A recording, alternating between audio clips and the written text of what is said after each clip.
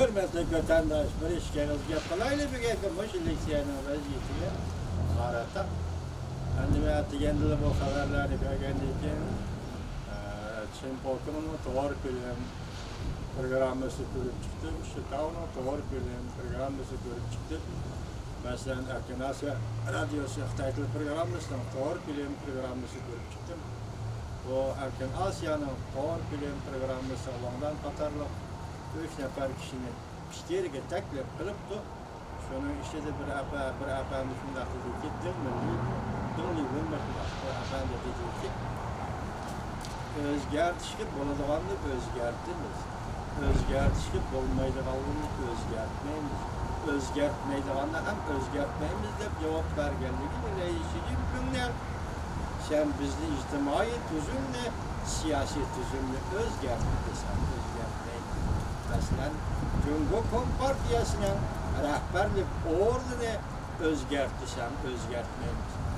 Bu reisini günler Amerika Başka Ştatı'na belki cevabı defeset. Önemli ki tünü gün yani bir tor filmi demesiyle götkendi o adamın misal ağa çok korkuyor kalan adam iken demokratlardan bozkırak Xitay demokratlardan ismi Jiang Sen-je. Bu adam bu katımda yeni tor filmde ne dep buyurduysa Azer Amerika Birleşmiş Ştatları hükümeti Cumhur'a karata şirketlerinin ayta kattık zor besemende Jungbang dedi bunu ne dep tercih kılışını bilemedim. İki tane kattık besim, iki türlü kattık besim işledi. İki türlü kattık besim birincisi dedi, hazır nöbette müvenconun kol verilişiydi. Yani bu müvenconun kol verilişi bu demokratik devletlerde adliye meselesi, kanun meselesi. Adliye tertip ve kanun tertibi meselesi de bakıldı gerekir. Bu siyaset olan alakası yok. Bırak Prezident Trump dedi ki ben buna arlaşımım dedi. Bu noktadan eğitimde hem de Amerika'nın kumandanı Amerika'da Adliye'nin kumandanı Adliye kanunu belgeleri var. Ondan bunu bir hesap buldu Prezident Trump efendi. Bunda ahval aslında arlaşımın dediğinde bazıları tanık oldu. Arlaşması mümkün. Çünkü Amerika'da demokratik eller siyaset yani hukuk kanun arlaşma. Kanunun üzerine müstakil kişi. Ben bu yaktan kayıtayla hazır burada Jiang Sen-je efendi kaptı besem de görsetkenden başka biz yukarıda söz yapıyorduk. Mesela Dalai Lama'ya Tibet doğrusudaki seyli seyahat ve beraber buluş kanun layihesi işte palatada imzalanıp çıkan iken bu kadın Prezident Trump'ın bunun imza koyuşu kanun aylandı. Bu işki meseleler tetkik kılgan yaka tehlil kılgan Jiang Sen-je efendi ne mi dedi? Hazır Amerika Birleşmiş Ştatları hükümetinden Cumhuriyet Halk Cumhuriyeti hükümeti ortaya istedi ki soda macera, soda uğraşı ve soda talaştağısı daha orun verip hazır siyaset sahasını geldi mi kandaktı. Yani o gumane cümle koygan iken ben mi gumane cümle koydum.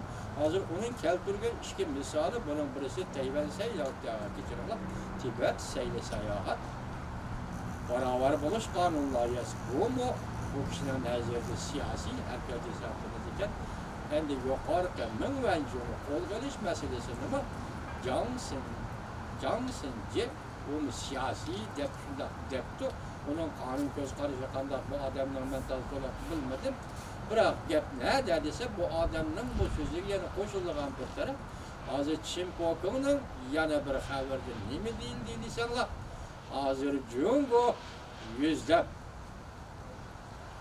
yüzlep Kanadalık kişilerini kol aldı.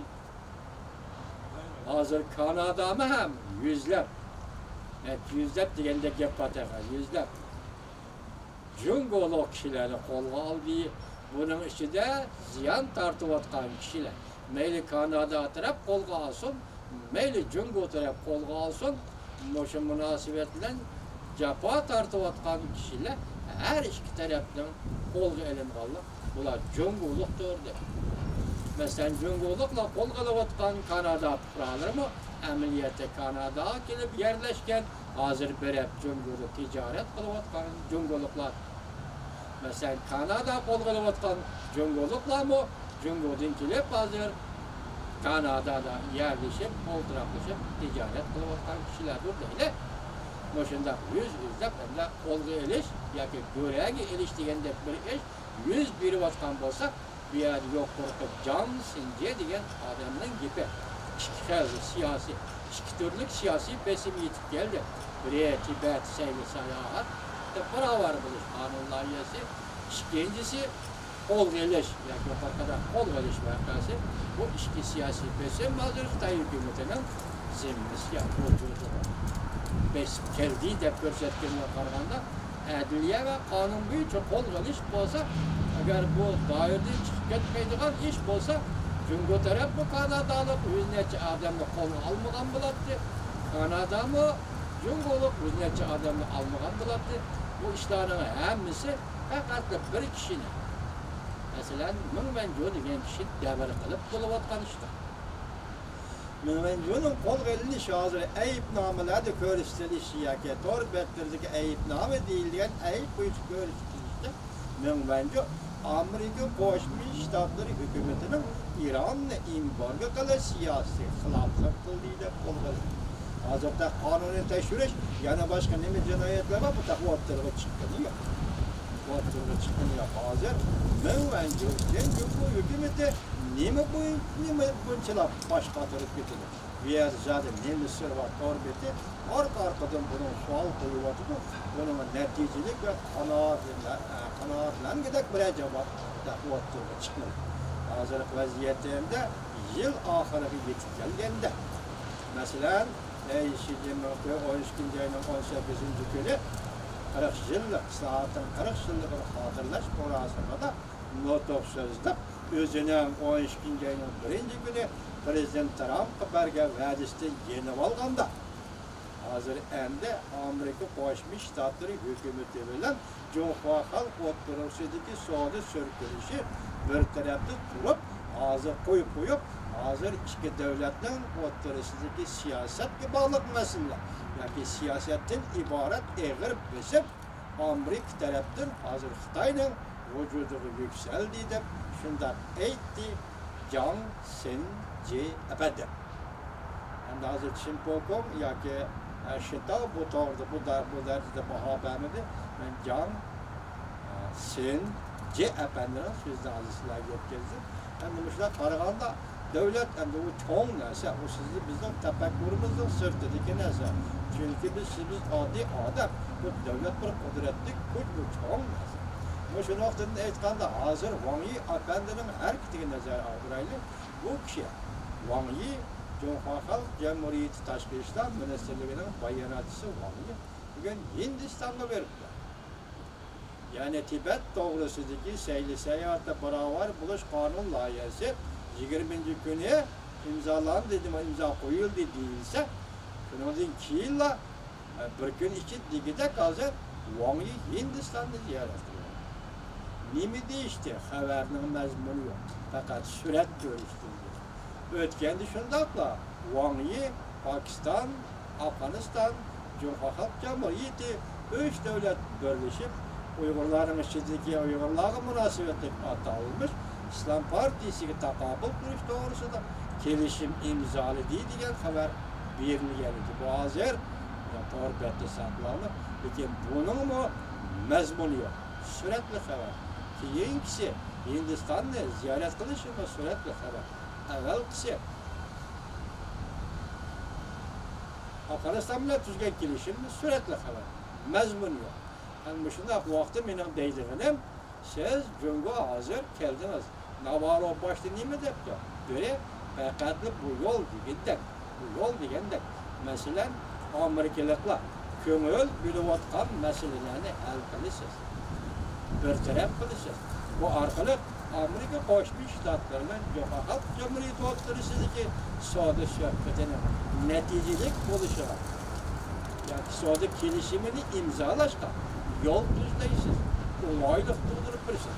Bu Cumhurluk'a kılıvatkan meyli iltimas olsun, meyli besim olsun, neymi desek değil. Bırak hazır 4. Mayıs 2. ayının 18.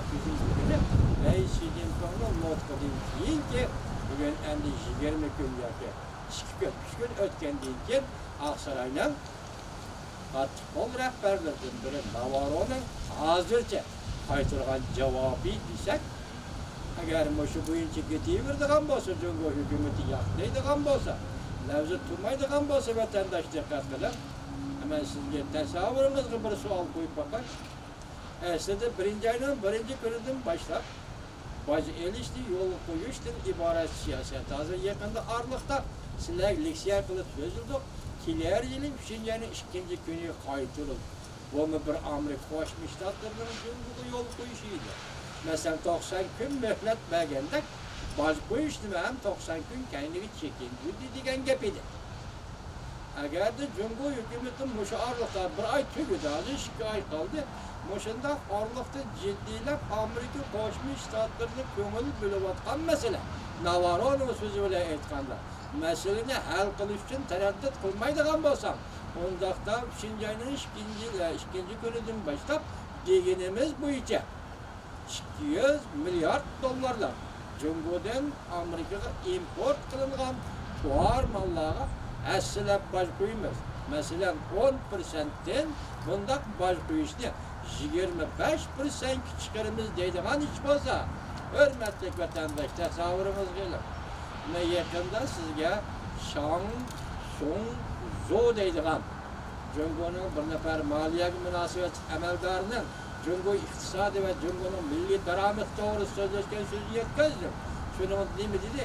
Hozir 67% Jungo iqtisodining eshib berishi ya taraqqiy qildi deyilgan so'zni son